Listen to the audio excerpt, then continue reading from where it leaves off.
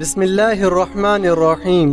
نبی کریم صلی اللہ علیہ وسلم پر لاکھوں کروڑوں درود و سلام۔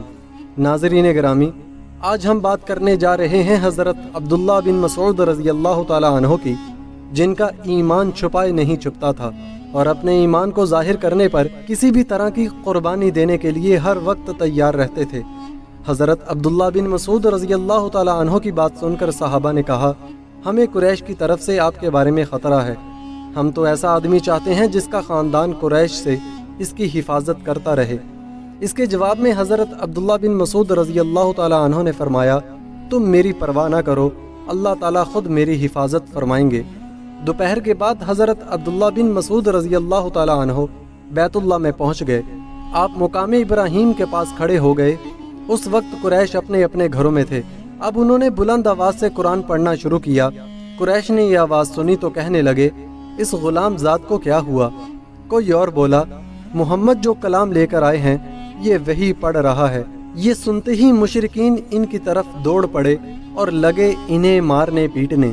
عبداللہ بن مسعود رضی اللہ تعالی عنہ چوٹیں کھاتے جاتے تھے اور قرآن پڑھتے جاتے تھے۔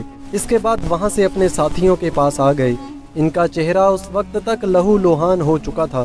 ان کی یہ حالت دیکھ کر مسلمان بول اٹھے، ہمیں تمہاری طرف سے اسی بات کا خطرہ تھا۔ حضرت عبداللہ بن مسعود رضی اللہ تعالی عنہ نے فرمایا، اللہ کی قسم، اللہ کے دشمنوں کو میں نے اپنے لیے آج سے زیادہ ہلکا اور کمزور کبھی نہیں پایا۔ اگر تم لوگ کہو تو کل پھر ان کے سامنے جا کر قرآن پڑھ سکتا ہوں۔ کفار کا یہ ظلم و ستم جاری رہا۔ ایسے میں ایک دن حضور نبی کریم صلی اللہ علیہ وسلم صفا کی پہاڑی کے پاس موجود تھے۔ ابو جہل آپ کے پاس سے گزرا۔ اس نے آپ کو دیکھ لیا اور لگا گالیاں دینے۔ اس نے آپ کے سر پر مٹی بھی پھینکی۔ عبداللہ بن جدان کی باندی نے یہ منظر دیکھا۔ پھر ابو جہل آپ کے پاس سے چل کر حرم میں داخل ہوا۔ وہاں مشرکین جمع تھے۔ وہ ان کے سامنے اپنا کارنامہ بیان کرنے لگا۔ اسی وقت آپ کے چچا حضرت حمزہ رضی اللہ تعالی عنہ حرم میں داخل ہوئے۔ یہ اس وقت تک مسلمان نہیں ہوئے تھے۔ تلوار ان کی کمر سے لٹک رہی تھی۔ وہ اس وقت شکار سے واپس آئے تھے۔ ان کی عادت تھی کہ جب شکار سے لوٹتے تو پہلے حرم جا کر طواف کرتے تھے، پھر گھر جاتے تھے۔ حضرت حمزہ رضی اللہ تعالی عنہ حرم میں داخل ہونے سے پہلے عبداللہ بن جدان کی باندی کے پاس سے گزرے۔ اس نے سارا منظر خاموشی سے دیکھا اور سنا تھا۔ اس نے حضرت حمزہ رضی اللہ تعالی عنہ سے کہا، اے حمزہ، کچھ خبر بھی ہے؟ ابھی یہاں ابو حکم بن حشام یعنی ابو جہل نے تمہارے بھتیجے کے ساتھ کیا سلوک کیا ہے؟ وہ یہاں بیٹھے تھے۔ ابو جہل نے انہیں دیکھ لیا، انہیں تکالیف پہنچائیں، گالیاں دیں اور بہت بری طرح پیش آیا۔ آپ کے بھتیجے نے جواب میں اسے کچھ بھی نہیں کہا۔ ساری بات سن کر حضرت حمزہ رضی اللہ تعالی عنہ نے کہا، تم جو کچھ بیان کر رہی ہو کیا یہ تم نے اپنی آنکھوں سے دیکھا ہے؟ اس نے فوراً کہا، ہاں میں نے خود دیکھا ہے۔ یہ سنتے ہی حضرت حمزہ رضی اللہ تعالی عنہ جوش میں آ گئے۔ چہرہ غصے سے تمتما اٹھا۔ فوراً حرم میں داخل ہوئے۔ وہاں ابو جہل موجود تھا۔ وہ قریشیوں کے درمیان میں بیٹھا تھا۔ یہ سیدھے اس تک جا پہنچے۔ ہاتھ میں کمان تھی، بس وہی کھینچ کر اس کے سر پر دے ماری۔ ابو جہل کا سر پھٹ گیا۔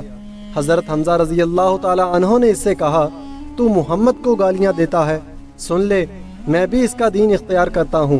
جو کچھ وہ کہتا ہے وہی میں بھی کہتا ہوں۔ اب اگر تجھ میں ہمت ہے تو مجھے جواب دے۔ ابو جہل ان کی منت سماجت کرتے ہوئے بولا، وہ ہمیں بے عقل بتاتا ہے، ہمارے معبودوں کو برا بھلا کہتا ہے، ہمارے باپ دادا کے راستے کے خلاف چلتا ہے۔ یہ سن کر حضرت حمزہ رضی اللہ تعالی عنہ بولے، اور خود تم سے زیادہ بے عقل اور بے وقوف کون ہوگا جو اللہ کو چھوڑ کر پتھر کے ٹکڑوں کو پوجتے ہو؟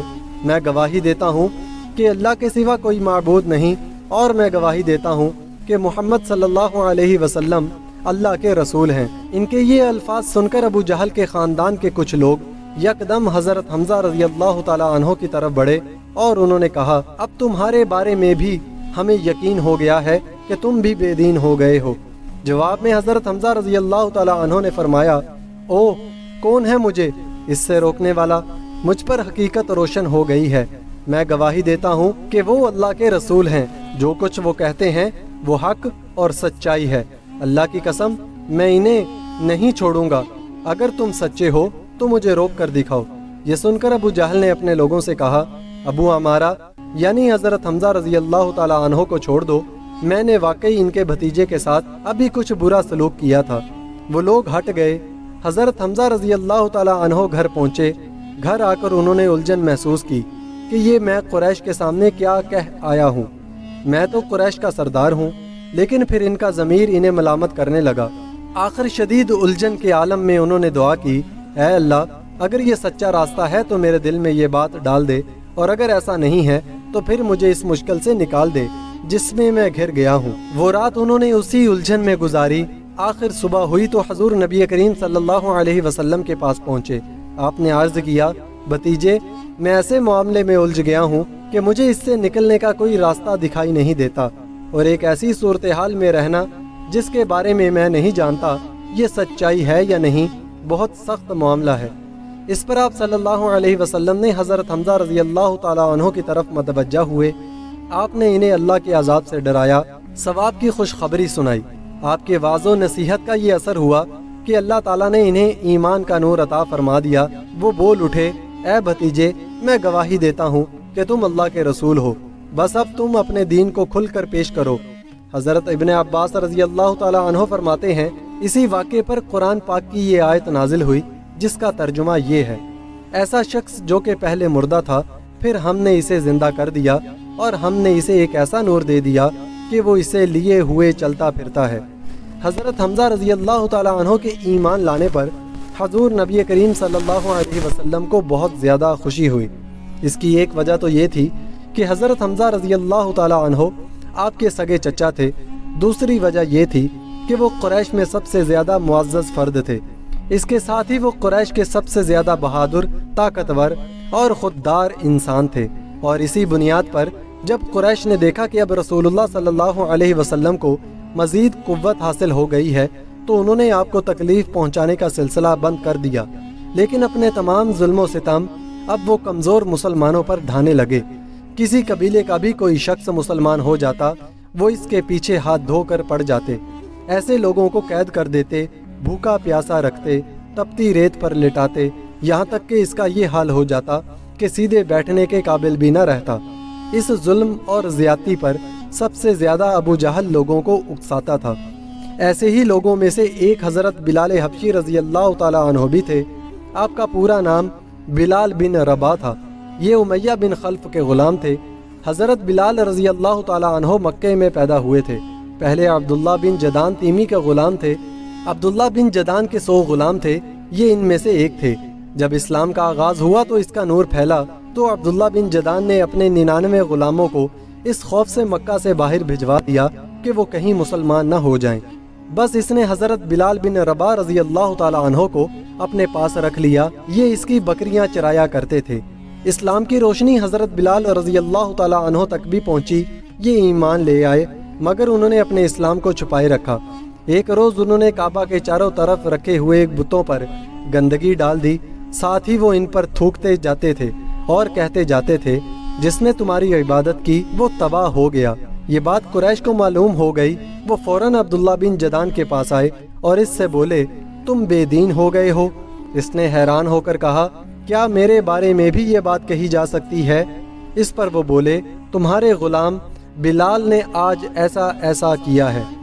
حضرت بلال حبشی رضی اللہ تعالیٰ عنہ کے خواب میں نبی کریم صلی اللہ علیہ وسلم کا دیدار کیسے ہوا اور اس کے آگے کے کیا حالات تھے، ان واقعات پر مبنی ہم نے ایک ویڈیو بنائی ہے جو آپ ہمارے یوٹیوب چینل پر جا کر دیکھ سکتے ہیں۔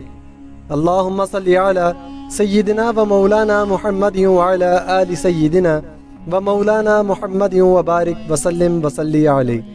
ناظرین گرامی، اگر یہ ویڈیو آپ کو اچھی لگی تو ویڈیو کو لائک کریں، دوستوں کے ساتھ شیئر کریں اور ہمارے چینل کو سبسکرائب کریں۔ ساتھ ہی ساتھ بیل آئیکن پر بھی کلک کریں تاکہ ہماری ہر نئی آنے والی ویڈیو کا نوٹیفیکیشن آپ کو ملتا رہے۔